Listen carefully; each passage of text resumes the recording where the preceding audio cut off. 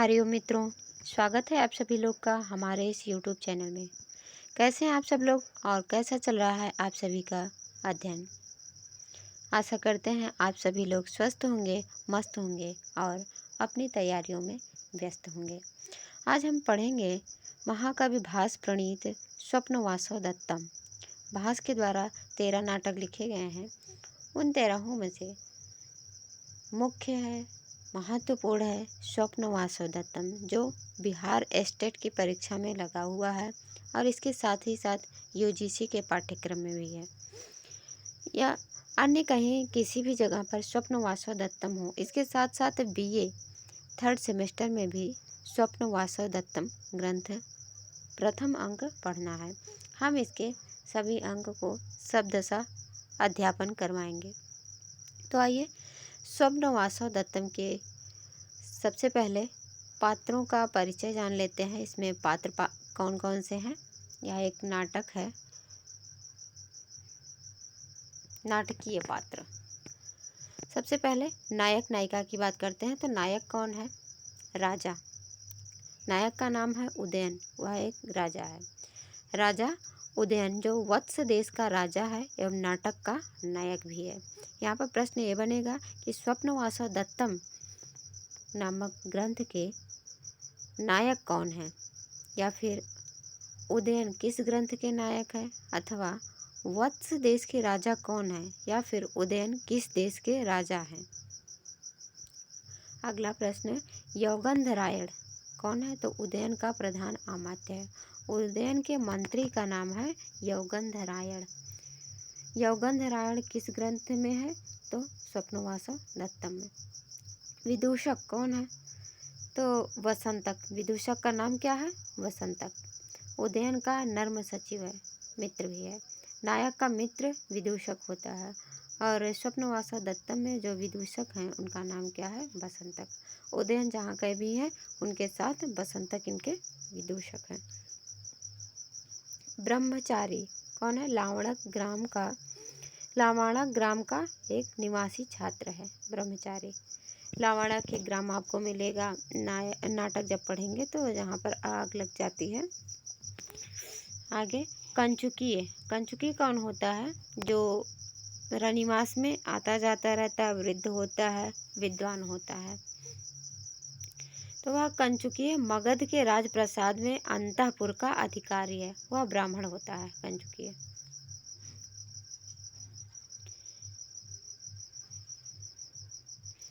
कंचुकीय महासेन का कंचुकीय रैभ्य है। 2 कंचुकीय हैं, एक मगध देश के कंचुकीय हैं और दूसरे महासेन के कंचुकी का नाम है रैभ्य। संभशक और भट्टो, ये कौन है? दोनों संभशक और भट्टो ये दोनों हैं पद्मावती के भृत्य, पद्मावती के सेवक हैं। तो पद्मावती कौन है उनको भी देख लेते हैं। वासव दत्ता। वासव दत्ता कौन है? उदयन की प्रथम पत्नी है। पहली पत्नी का नाम है वासव दत्ता, जो कि इस नाटक की नायिका भी हैं। और यह नाटक में आपको अवंतिका के वेश में मिलेंगी। नाटक में इनका नाम अवंतिका मिलेगा क्योंकि ये वेश बदल कर जाती हैं पद्मावती के यहाँ। तो अवंत देश की है इसलिए अवंतिका। अवंतिका किसका नाम है? वासव दत्ता का ही नाम है। उदयन की प्रथम पत्नी है। पद्मावती कौन है? उदयन की दूसरी पत्नी है, या फिर दूसरी पत्नी का नाम क्या है? पद्मावती, जो मगधराज दर्शक की बहन है। तापसी।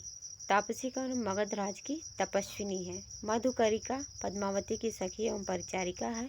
पद्मिनिका, यह भी पद्मावती की सखी एवं परिचारिका है। पद्मावती की 2 सखियां परिचारिकाएं हैं, उनका नाम क्या है? मधुकरिका और पद्मिनिका। इसके बाद है धात्री।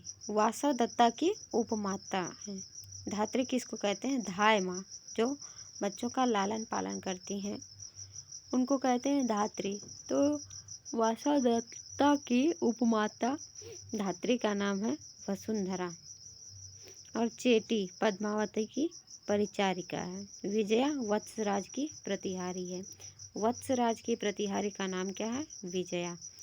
वासवदत्ता की धात्री माता का क्या नाम है? वसुंधरा। वासवदत्ता वसुंधरा। वासवदत्ता की उपमाता या धात्री माता वसुंधरा। अब आगे देखेंगे प्रसंगात कुछ पात्र आए हुए हैं इस नाटक में। तो दर्शक जो मगध राज के भाई हैं, मगध राज पद्मावती के भाई हैं, उनका नाम है दर्शक। प्रद्योत कौन है? तो उज्जैनी के राजा महासेन। वासवदत्ता के पिता का नाम है प्रद्योत। उज्जैनी के राजा महासेन वासवदत्ता के पिता हैं प्रद्योत। रुम्णवान। रुम्णवान कौन है? वत्सराज का मंत्री और सेनापति है। वत्सराज के मंत्री का क्या नाम है? रुम्णवान। और वही रुम्णवान ही सेनापति भी है।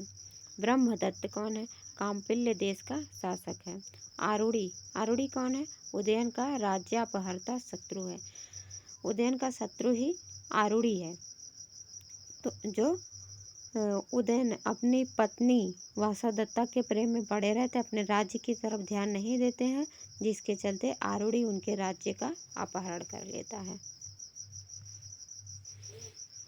गोपालक कौन है? प्रद्योत का पुत्र है।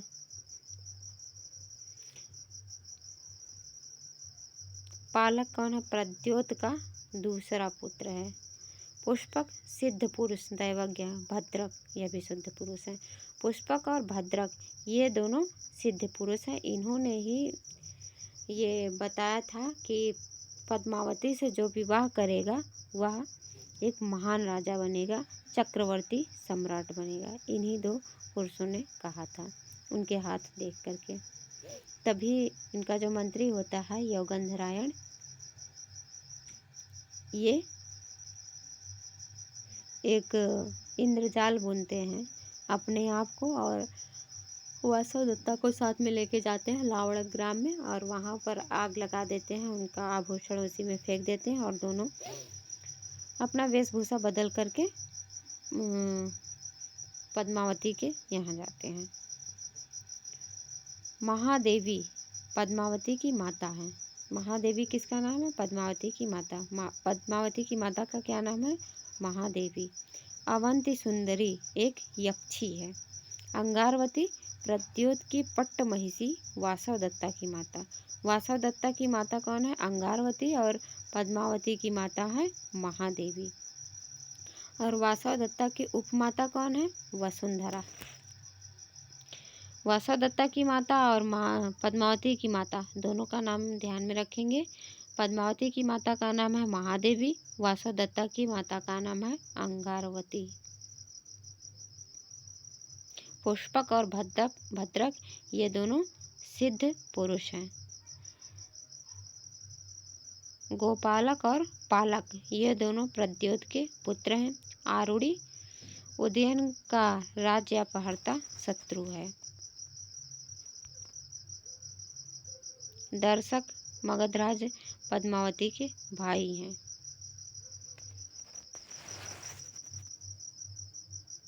मधुकरिका और पद्मिनिका ये पद्मावती की परिचारिकाएं हैं, सखियां हैं। इसके साथ ही साथ वसंतक को ध्यान में रखेंगे। योगंधरायण। योगंधरायण जो मंत्री है, वसंतक इनका विदूषक है, उदयन राजा है, वासवदत्ता उनकी प्रथम पत्नी है और इसके साथ ही साथ नायिका भी है। उदयन नायक हैं और इनकी दूसरी पत्नी का क्या नाम है? पद्मावती। इतना ध्यान रखना है। अब आ जाइए स्वप्न वासवदत्तम के मंगलाचरण की तरफ। नांद्यन्ते ततः प्रविशति सूत्रधारः। नांद्यन्ते नांदी के बाद, ततः माने इसके बाद, नांदी हो जाने पर, इसके बाद ततः प्रविशति प्रवेश करता है कौन? सूत्रधार। ततः प्रविशति सूत्रधारा। सूत्रधार प्रवेश करते हैं। सूत्रधार कहते हैं उदय नवेन्दु सवर्ण वासवदत्ता बलस्य त्वां पद्मावतीर्ण पूर्णौ वसंत कम्रौ भुजौ पाताम्। उदय नवेन्दु सवर्णौ आसवदत्ता बलस्य त्वां पद्मावती पूर्णौ वसंत कम्रौ भुजौ पाताम्। अब आपको यहाँ पर दिख रहा होगा उदयन उसके बाद उदयन, इंदु, सवर्ण, वासव दत्ता। एक जगह पर आपको दिखेगा उदयन, फिर वासव दत्ता। नीचे उतर आएंगे पद्मावती, उसके बाद वसंतक। ये नाम मिल रहे हैं, ये पात्रों के नाम हैं। तो पात्रों के नाम जहाँ कहीं भी मिल जाए, पात्रों का नाम लिखा हो श्लोक में किंतु वहाँ पर वह अर्थ ना हो, तो उसको कहेंगे मुद्रा अलंकार। और सबसे पहले नायक का नाम हो। तो यहाँ पर आप देखेंगे नायक का नाम सबसे पहले है उदयन, और वासव दत्ता, पद्मावती, वसंतक, इन सब का नाम है। और इनका अर्थ, इनके नाम का अर्थ यहाँ पर नहीं है। जैसे वासव दत्ता बलव, वासव दत्ता बलवान हो गई, तो ऐसा इसका अर्थ नहीं है। जो नाम है उसका वह वैसा अर्थ ना हो तो वहाँ पर होगा मुद्रा अलंकार। तो आ जाइए इसका अर्थ भी देख लेते हैं। तो इसको ऐसे पढ़ेंगे उदय नव इंदु। उदयन में नहीं है, उदयन तो पात्र का नाम हो जाएगा, किंतु यहाँ पर है उदय नव इंदु। नव माने नवीन, इंदु माने चंद्रमा। उदय होते हुए नवीन चंद्रमा के, सवर्ण माने तरह, सदृश।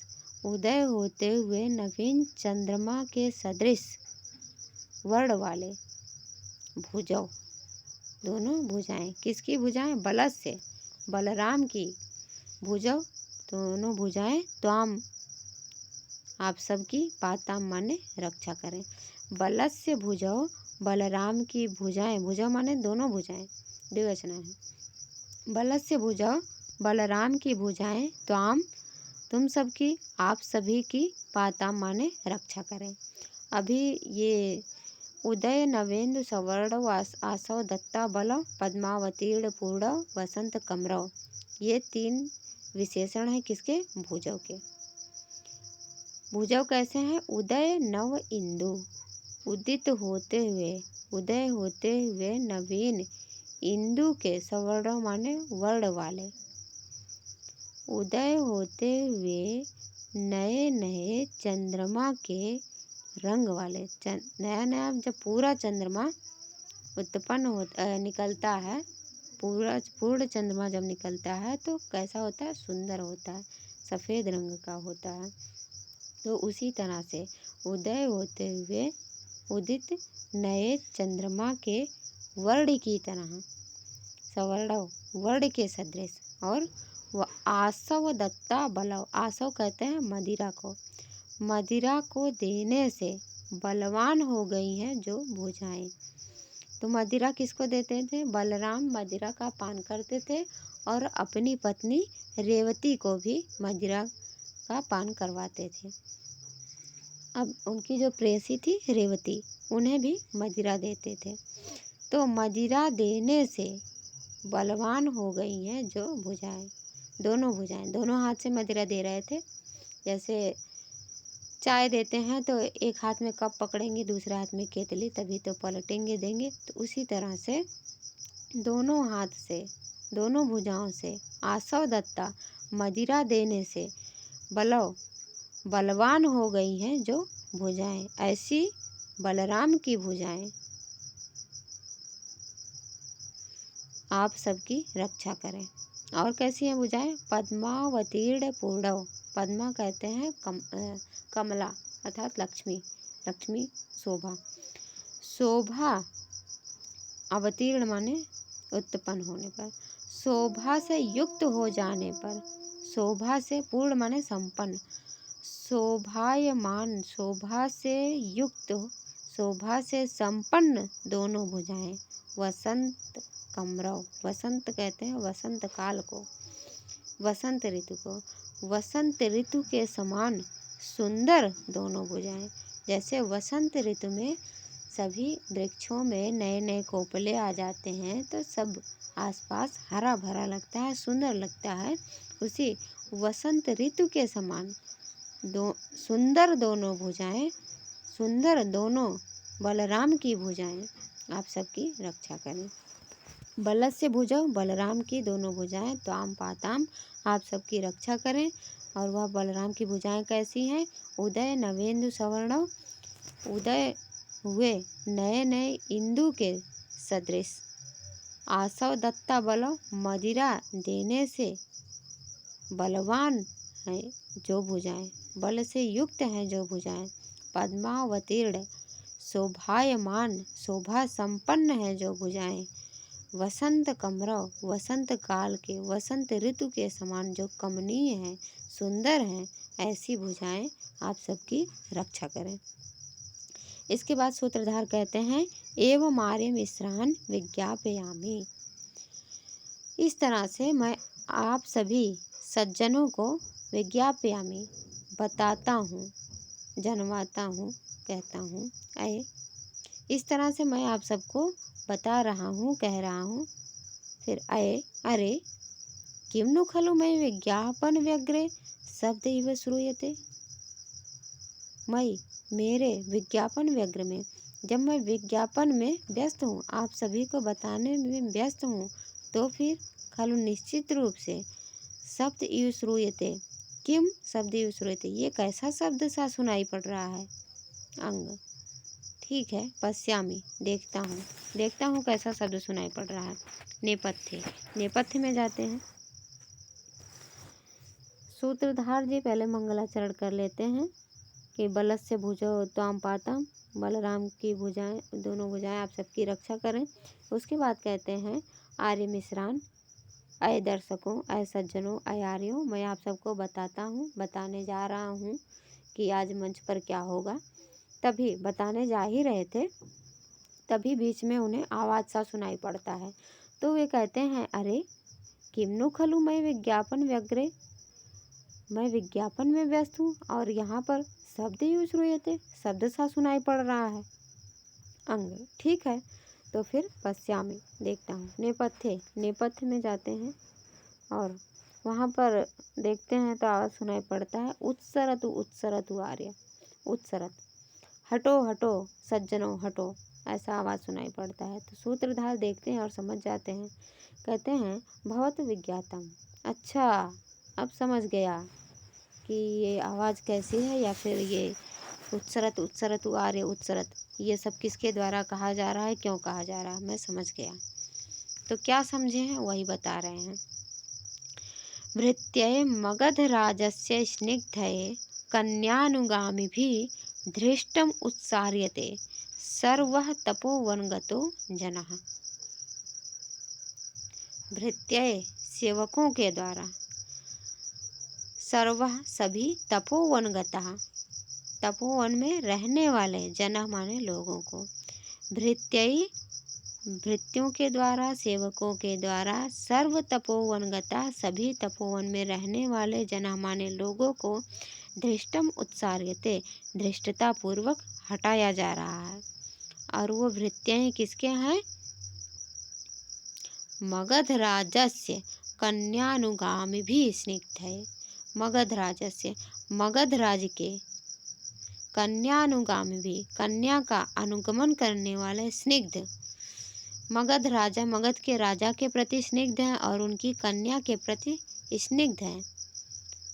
मगध राजस्य, मगध राज के कन्या अनुगामी भी, कन्या का अनुगमन करने वाले, स्निग्ध है, स्निग्ध, कन्या का अनुगमन करने वाले ऐसे भृत्य सेवकों के द्वारा, सर्व तपोवनगतो सभी तपोवन में रहने वाले, जनः माने लोगों को, धृष्टम उत्सार्यते धृष्टता पूर्वक हटाया जा रहा है।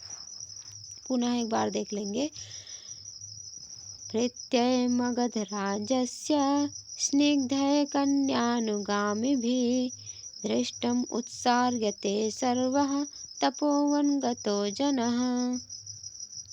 भृत्यै मगधराजस्य स्निग्धै कन्यानुगामिभिः, मगधराजस्य, मगध के राजा, मगध के राजा, जो राजा के कन्या का अनुगमन करने वाले, भृत्य सेवकों के द्वारा, सर्व तपोवन गतो जना सभी तपोवन में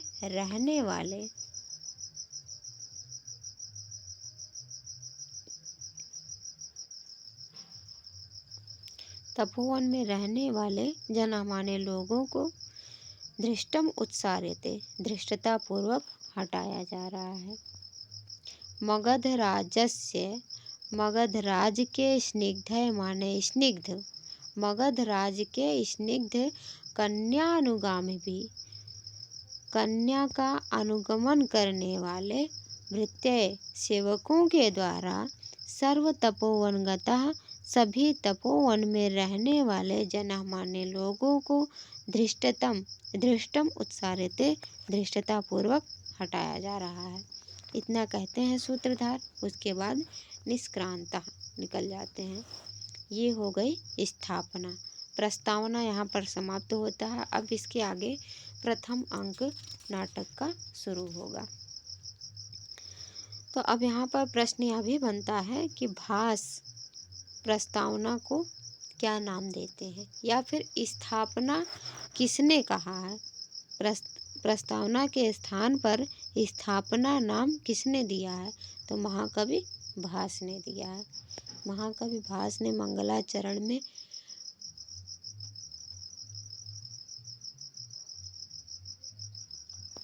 किसकी भुजाएं रक्षा करें, तो बलद से भुजा, बलराम की दोनों भुजाएं। मंगलाचरण में कौन सा छंद है, आर्या छंद है। आर्या छंद है, मुद्रालंकार है।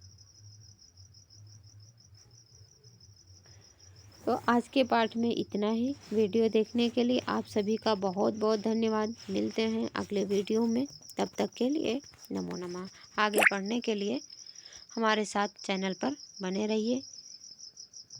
नमो नमः।